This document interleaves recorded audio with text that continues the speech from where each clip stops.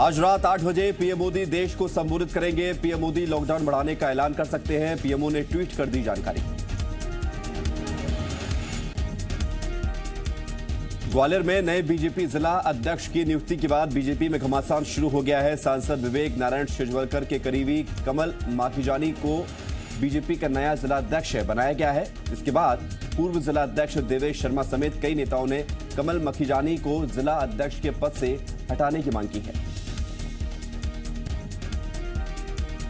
राष्ट्रीय अध्यक्ष जेपी नड्डा को लिखे गए शिकायती पत्र में कहा गया है कि कमल माखीजानी के बीजेपी जिला अध्यक्ष बनने के बाद पार्टी कमजोर होगी, जिसका खामियाजा उपचुनाव में देखने को मिलेगा।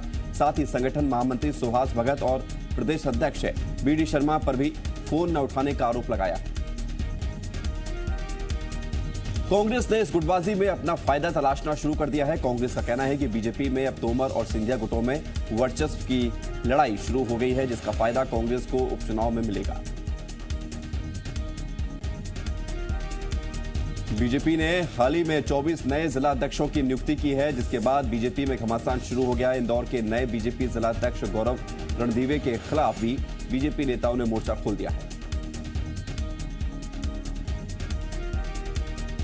उमेश शर्मा ने पोस्ट में संगठन महामंत्री सुहास भगत को निशाने पर लेते हुए लिखा, बचपन से सुनते आया हूं कि आत्मा हर मनुष्य में होती है, आप में भी होगी, कभी कचोटती है क्या? खैर, आप तो ब्रह्मा है। ये पहली बार है जब खुलेआम बीजेपी संगठन महामंत्री के खिलाफ जिला स्तर पर विरोध शुरू होगा। अब इस गुटबाजी का सबसे बड़ा नुकसान कांग्रेस छोड़कर बीजेपी में आए तुलसी सिलावट को हो सकता है, क्योंकि तुलसी सिलावट को उपचुनाव लड़ना है और ऐसे में बीजेपी के आपसी खींचतान कहीं उन्हें मुसीबत में न डाल दे।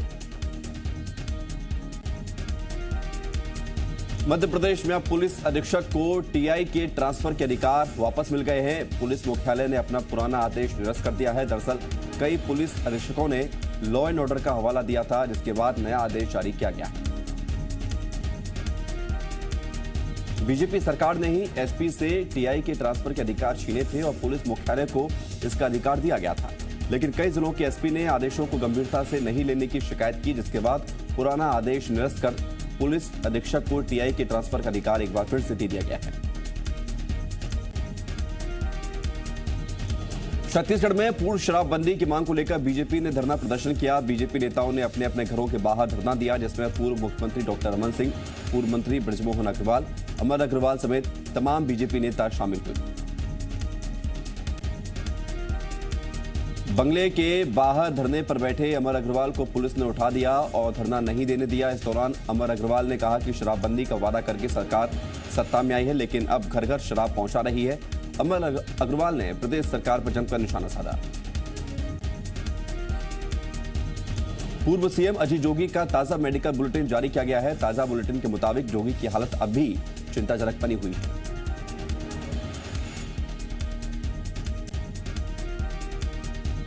अजीत जोगी को ऑडियो थेरेपी दी जा रही है। जोगी के पसंदीदा गाने ईयरफोन के जरिए उन्हें सुनाए जा रहे हैं। डॉक्टर्स को उम्मीद है कि उनके मस्तिष्क में इससे कुछ हलचल हो सकती है। छत्तीसगढ़ के पूर्व मुख्यमंत्री अजीत जोगी की हालत नाजुक है, जिनका हालचाल जानने के लिए मुख्यमंत्री भूपेश बघेल अस्पताल पहुंचे, जहां उन्होंने अजीत जोगी के स्वास्थ्य की डॉक्टर से जानकारी ली। मुख्यमंत्री भूपेश बघेल ने अजीत जोगी के जल्द स्वस्थ होने की कामना की।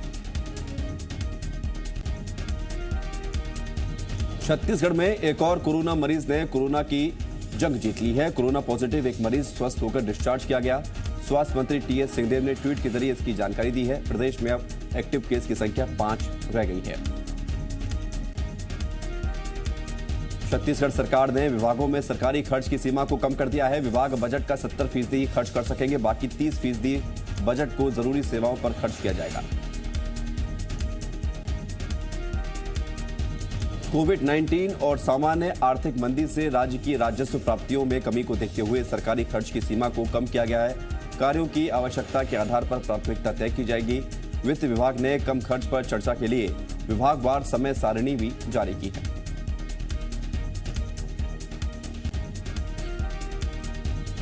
मध्य प्रदेश के सीएम शिवराज सिंह चौहान का बीएम शर्मा को ओएसडी बनाया गया है। बीएम शर्मा रिटायर्ड आईएएस अधिकारी है, जो कि ग्वालियर संभागायुक्त के पद पर से रिटायर हुए थे। मध्य प्रदेश के सीएम शिवराज सिंह चौहान ने पश्चिम बंगाल की सीएम ममता बनर्जी को ट्वीट के जरिए जवाब दिया है। शिवराज ने ट्वीट कर लिखा है कि कुछ लोगों के लिए अपनी असफलता छुपाने के लिए राजनीति कर दूसरों पर दोष डालना बड़ी ही सहज बात हो गई है। प्रधानमंत्री ने हमेशा भारत के संविधान के अनुरूप बनाए गए संघीय ढांचे को प्राथमिकता दी है। दरअसल ममता बनर्जी ने संघीय ढांचे को लेकर पीएम पर सवाल उठाए थे। शिवराज ने एक के बाद एक कई ट्वीट कर ममता बनर्जी पर निशाना साधा है। उन्होंने आगे पीएम की तारीफ में लिखा है कि उन्होंने वैश्विक महामारी से लड़ने के लिए न सिर्फ देश का सक्षम नेतृत्व किया बल्कि पूरे विश्व को एक नई दिशा भी दिखाई है। विश्व नर्स दिवस पर सीएम शिवराज सिंह चौहान ने नर्सों को बधाई दी है। उन्होंने ट्विटर पर लिखा है कि आज नर्सों के बिना स्वस्थ और खुशहाल दुनिया की कल्पना भी असंभव है। ये स्वस्थ विश्व की जीवन रेखा है। करुणा, दया और सेवा के पर्याय सभी नर्स बहन और भाइयों को इंटरनेशनल नर्स डे पर प्रणाम करता हूं। सीएम ने आगे लिखा है कि अपनी त्याग और सेवा से सबको अपना बना लेने वाली फ्लोरेंस नाइटिंगेल की याद में यह दिन मनाया जाता है। दुनिया की करोड़ों बहन और भाई उनकी प्रेरणा से स्वस्थ देश दुनिया के निर्माण में अपना योगदान कर रहे हैं। एमपी के स्वास्थ्य मंत्री नरोत्तम मिश्रा ने वर्ल्ड नर्स डे पर नर्सों को बधाई दी है। उन्होंने कहा है कि नर्स को सिर्फ सिस्टर भारत में ही कहा जाता है। नर्स मां और बहन के रूप में हमारी सेवा करती हैं। नरोत्तम मिश्रा ने कहा कि नर्स कोरोना महामारी के वक्त में अद्भुत काम कर रही हैं। मध्य प्रदेश नर्सिंग एसोसिएशन ने नर्सिंग योद्धाओं को अंतर्राष्ट्रीय नर्सेस दिवस की शुभकामनाएं दी हैं। एसोसिएशन ने कहा है कि आज इस वैश्विक महामारी में नर्सेस फ्रंट लाइन में काम कर रही हैं। अपनी जान की परवाह न करते हुए घर परिवार बच्चों को छोड़कर भी हंसते हुए अपना फर्ज निभा रही हैं। इसके अलावा एसोसिएशन ने कहा कि कई नर्सेस इस दौरान कोरोना से संक्रमित भी हुई है, उसके बाद भी उनका हौसला कम नहीं हुआ है। ऐसी बहादुर हमारी नर्सेस विंग को बधाई देते हैं। बिना मान्यता एडमिशन देने के मामले में नर्सिंग कॉलेज को हाईकोर्ट से राहत नहीं मिली है। हाईकोर्ट की ग्वालियर बेंच ने 25 नर्सिंग कॉलेजों पर लगाया है 1-1 लाख रुपए का जुर्माना।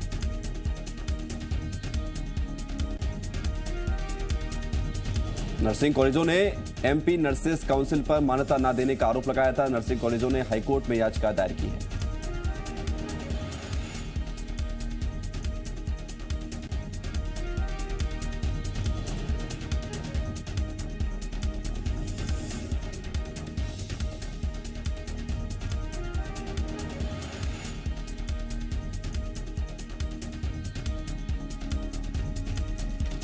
कोरोना के कारण मध्य प्रदेश में तकनीकी कॉलेजों में परीक्षाएं अनिश्चितकाल के लिए रद्द कर दी गई है। कार्य परिषद की बैठक में एग्जाम को लेकर फैसला होगा। प्रदेश में 10 मई से तकनीकी परीक्षाएं शुरू होनी थी। मध्य प्रदेश शिशु मृत्यु दर के मामले में अव्वल है। प्रदेश की शिशु मृत्यु दर 1000 जीवित बच्चों में 47 से बढ़कर 48 हो गई है, जो देश में सबसे ज्यादा है। ये खुलासा हुआ है एसआरएस बुलेटिन 2018 की रिपोर्ट में। रिपोर्ट के मुताबिक एमपी में ओवरऑल लड़कियों की शिशु मृत्यु दर लड़कों की अपेक्षा कम है। लड़कियों की मृत्यु दर 46 है और लड़कों की मृत्यु दर 51 है। एमपी के ग्रामीण इलाकों में शिशु मृत्यु दर 52 है और शहरी इलाकों में 36 है। मध्य प्रदेश में शिशु मृत्यु दर बढ़ने को लेकर अब आरोप प्रत्यारोप की सियासत भी शुरू हो गई है। बीजेपी ने कमलनाथ सरकार पर ठीकरा फोड़ते हुए कहा कि हमारी सरकार ने अपने प्रयासों से इसे कम कर दिया था, लेकिन कांग्रेस के 15 महीने की सरकार के भ्रष्टाचार के कारण शिशु मृत्यु दर में इजाफा हुआ है। तो वही कांग्रेस ने इसके लिए शिवराज सरकार के पुराने कार्यकाल को जिम्मेदार बताया है। कांग्रेस ने कहा है कि पूर्व शिवराज सरकार के कार्यकाल में शिशु मृत्यु दर लगातार इजाफा होता रहा। हमारी सरकार ने 15 महीने में इसे कम किया था। बीजेपी के राष्ट्रीय प्रवक्ता संबित पात्रा को रायपुर की सिविल लाइंस पुलिस ने नोटिस भेजा है। पूर्व पीएम राजीव गांधी पर टिप्पणी के मामले में संबित पात्रा के खिलाफ केस दर्ज किया गया है। युवा कांग्रेस के प्रदेश अध्यक्ष कोको पाढ़ी ने संबित के खिलाफ केस दर्ज कराया है और इसको लेकर रायपुर पुलिस ने संबित पात्रा को नोटिस भेजकर 20 मई को पूछताछ के लिए बुलाया है। छिंदवाड़ा में क्वारंटीन सेंटर में रह रहे लोगों ने पुलिस पर हमला कर दिया। मामला हर्रई थाना क्षेत्र का है, जहां शेल्टर होम बने छात्रावास को सैनिटाइज किया जा रहा था। इस दौरान कुछ लोगों ने के खाने में सैनिटाइजर गिर गया, जिसके बाद छात्रावास अधीक्षक से विवाद शुरू हुआ। सूचना के बाद मौके पर पहुंची पुलिस से लोगों ने मारपीट की, वर्दी भी फाड़ी। विवाद बढ़ने पर अन्य पुलिसकर्मी पहुंचे, विवाद को शांत कराया, लोगों को थाने ले जाया गया और केस दर्ज किया गया। टीकमगढ़ पुलिस ने उन 6 बदमाशों को गिरफ्तार कर लिया है जिन्होंने कल एएसआई मदीन शेख पर हमला किया था और अगवा करने की कोशिश की थी। जानकारी के मुताबिक ये सभी आरोपी यूपी से शराब की तस्करी कर रहे थे, जिसे एएसआई शेख ने पकड़ा था। शराब पकड़ने के बाद आरोपियों ने एएसआई पर हमला कर दिया था, जिसके बाद आरोपियों को पकड़कर कोर्ट में पेश किया गया। आरोपियों में एक युवती भी शामिल है जो हमले के समय गाड़ी का गेट खोलने की कोशिश करती हुई दिख रही है। जबलपुर में 1 दर्जन से ज्यादा महिलाएं अपनी शिकायत लेकर कलेक्टर कार्यालय पहुंची। सभी महिलाएं राजी क्षेत्र की रहने वाली हैं। महिलाएं अधिकारियों को खोज रही थी, लेकिन जब उन्होंने मीडिया कर्मियों को देखा तो उनके पास पहुंची और अपनी आप बीती सुनाई। महिलाओं ने कहा कि उनके पास ना तो घर में राशन है, ना ही उनके खातों में पेंशन के 500 रुपए पहुंचे हैं। लॉकडाउन के दौरान रोजगार भी पूरी तरह से छिन गया है और ऐसी स्थिति में वो कोरोना से पहले ही मर जाएंगी। छत्तीसगढ़ के कई जिलों में नमक को लेकर अफवाह फैली। दुकानों पर लोगों की भीड़ जमा हो गई। लोग नमक खरीदने के लिए उमड़ पड़े तो दुकानदारों ने भी मौके का फायदा उठाया और मनमानी कीमत पर नमक बेचा। नमक खत्म होने की अफवाह का जैसे ही प्रशासन को पता चला, फौरन प्रदेश में 276 दुकानों और संस्थाओं का निरीक्षण किया गया और ज्यादा कीमत पर नमक बेचने वालों के खिलाफ कार्रवाई की गई। वहीं दुर्ग में तय रेट से ज्यादा कीमत पर नमक बेचने पर 2 दुकान संचालकों के खिलाफ केस दर्ज किया गया। वहीं नमक को लेकर फैली अफवाह पर सरकार ने बयान जारी किया है कि प्रदेश में नमक की कोई कमी नहीं है। छत्तीसगढ़ में नमक की कालाबाजारी को देखते हुए खाद्य मंत्री अमरजीत भगत ने जनता को आश्वस्त किया है कि प्रदेश में नमक की कमी नहीं है। उन्होंने कहा है कि पर्याप्त मात्रा में नमक का भंडारण है। अगर कोई नमक की कालाबाजारी करता है तो उस पर कार्रवाई होगी। ग्वालियर से बीजेपी सांसद विवेक नारायण शेजवलकर ने रेल मंत्री पीयूष गोयल को पत्र लिखकर ग्वालियर में पैसेंजर ट्रेन के स्टॉपेज की मांग की है। लॉकडाउन में स्थानीय लोगों के फंसे होने का हवाला देते हुए ग्वालियर में स्टॉपेज की मांग की गई है। फिलहाल प्रदेश में भोपाल ही एकमात्र मध्य प्रदेश में स्टॉपेज है। ठीक हुए कोरोना पेशेंट को डिस्चार्ज करने को लेकर मध्य प्रदेश सरकार केंद्र सरकार की नई गाइडलाइन के हिसाब से दिशा निर्देश जारी करने वाली है। इंदौर कमिश्नर आकाश त्रिपाठी ने बताया है कि कोरोना पेशेंट को डिस्चार्ज करने के लिए केंद्र की नई गाइडलाइन पर काम होगा। अभी 2 टेस्ट नेगेटिव आने के बाद ही डिस्चार्ज करते हैं। नई गाइडलाइन में पेशेंट के लक्षण कम होने पर फिजिशियन की सलाह पर डिस्चार्ज कर सकेंगे और इससे फायदा ये होगा कि कोरोना पेशेंट को ज्यादा समय तक अस्पताल में नहीं रहना होगा।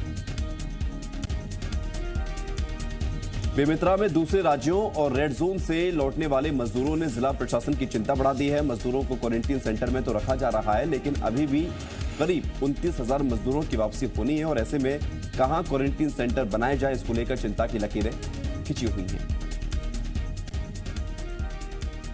ग्वालियर में कोरोना के पॉजिटिव मरीज बढ़ने के बाद जिला प्रशासन ने फैसला लिया है कि अब बाहर से आने वाले लोगों के शहर में आने से पहले ही क्वारंटीन किया जाएगा, क्योंकि होम क्वारंटीन किए जाने पर सही से मॉनिटरिंग नहीं हो पाती है।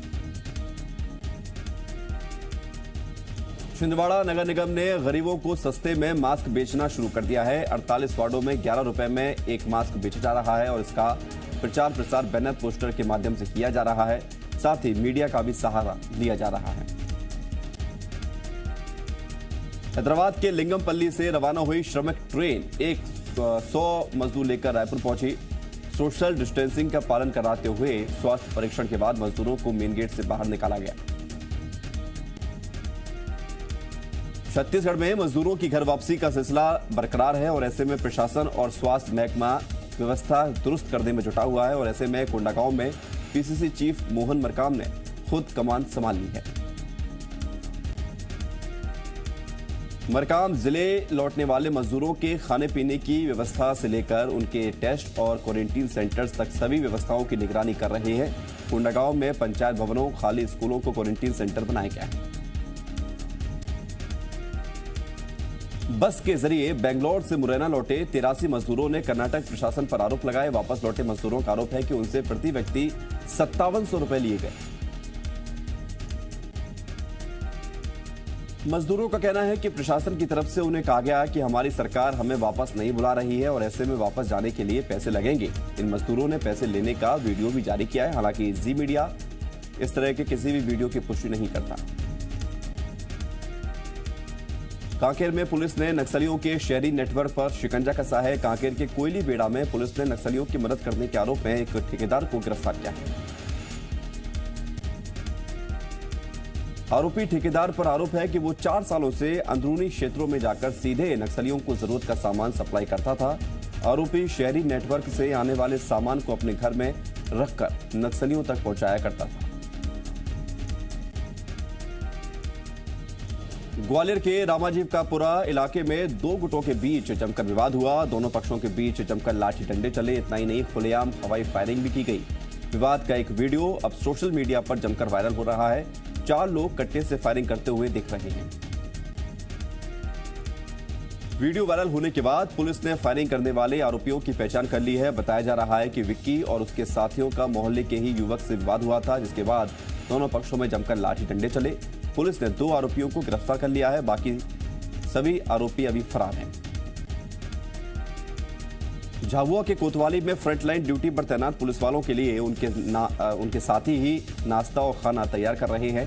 दरअसल ड्यूटी के कारण पुलिस वाले घर नहीं जा पा रहे हैं और संक्रमण के खतरे को देखते हुए साथी पुलिस वालों ने थाने में ही इन पुलिस वालों के लिए खुद खाना बनाने का फैसला लिया है। देश में कोरोना के मरीजों की संख्या 70,000 के पार पहुंच गई है। देश में 24 घंटे में कोरोना संक्रमण के 3,604 नए मामले सामने आए हैं। अब तक 87 लोगों की मौत हो चुकी है और 1,538 लोग ठीक हो चुके हैं। महाराष्ट्र में कोरोना के मामले 23,401 पर पहुंच गया है। 4,786 मरीज इलाज के बाद ठीक हुए हैं। 868 मरीजों की अब तक कोरोना से मौत हो चुकी है। वहीं गुजरात में कोरोना के 8,541 मामले सामने आए हैं। 2,780 कोरोना मरीज इलाज के बाद ठीक हुए हैं। 513 की अब तक कोरोना वायरस से मौत हुई है। देश में कोरोना से तीसरा सबसे ज्यादा प्रभावित राज्य तमिलनाडु है, जहां कोरोना के केस 8,200 हो गए हैं, जबकि 53 लोगों की मौत हो चुकी है। 2,051 इलाज के बाद ठीक हुए हैं। उत्तर प्रदेश में कोरोना के 3,573 मामले सामने आए हैं। 1,758 कोरोना मरीज अब तक ठीक हुए हैं। 80 लोगों की अब तक मौत हो चुकी है। दिल्ली के मुख्यमंत्री अरविंद केजरीवाल ने लॉकडाउन को लेकर दिल्ली वालों से सुझाव मांगा है। उन्होंने कहा है कि 17 मई के बाद दिल्ली में लॉकडाउन रहे या उसे हटाया जाए, इसे लेकर हमें सुझाव दीजिए। उन्होंने बुधवार को शाम 5 बजे तक का वक्त दिया है।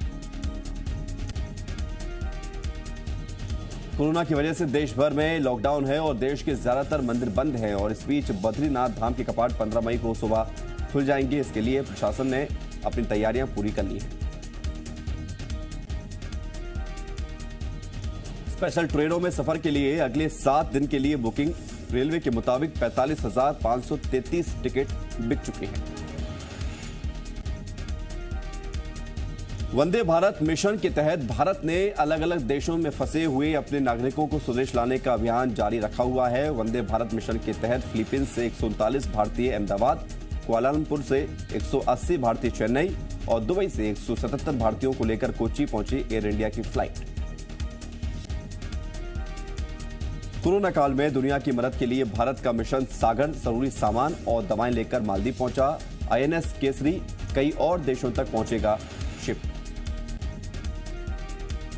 केंद्र सरकार ने कोरोना को लेकर डिस्चार्ज पॉलिसी में बदलाव किया है और इसके मुताबिक अब कोरोना मरीज को डिस्चार्ज के बाद 7 दिन आइसोलेशन में रहना जरूरी होगा।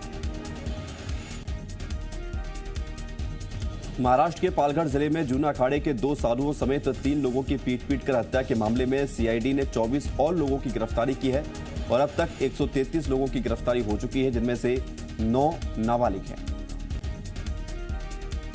हरियाणा के सोनीपत में पाइपलाइन बिछाते वक्त बड़ा हादसा हुआ। 3 मजदूर मिट्टी के नीचे दबे, मौके पर ही मौत हो गई। देवबंद में सिख परिवार ने मानवता की मिसाल पेश की। जहर फरानी गिरोह का शिकार हुए तमिलनाडु के एक युवक को लॉकडाउन के दौरान 45 दिनों तक अपने घर में ही शरण दी। प्रशासन की मदद से युवक को सकुशल घर भेजा गया। सुप्रीम कोर्ट ने अपने नियमों में बदलाव किया है। कल से एक जज की बेंच ही बैठेगी जो जमानत के मामलों और मामले की सुनवाई के एक राज्य से दूसरे राज्य की अदालत में ट्रांसफर करने के मामलों की सुनवाई करेगी। दिल्ली अल्पसंख्यक आयोग के चेयरमैन जफरुल इस्लाम खान को उनके पद से हटाने की प्रक्रिया शुरू हो चुकी है। हाईकोर्ट में दिल्ली सरकार ने इस बात की जानकारी दी। मार्च में बीमा नियामक एवं विकास प्राधिकरण ने लाइफ इंश्योरेंस पॉलिसी को रिन्यू कराने को लेकर छूट की समय सीमा 31 मई तक के लिए बढ़ा दी है। ये राहत उन पॉलिसी को लेकर है जिनका प्रीमियम पेमेंट मार्च में होना था। दुनिया में कोरोना के 41,77,000 से ज्यादा मामले हैं और कोरोना वायरस से 2,86,000 से ज्यादा लोगों की मौत हो चुकी है। अब तक कोरोना के 14,56,000 से ज्यादा मरीज ठीक हो चुके हैं। रूस में कोरोना के 2,21,344 मामले सामने आ चुके हैं। अब तक 2,000 मरीजों की कोरोना से मौत हो चुकी है। इस बीच मॉस्को के एग्जीबिशन सेंटर में 1,000 बेड की व्यवस्था की गई है। 350 डॉक्टर इलाज करेंगे।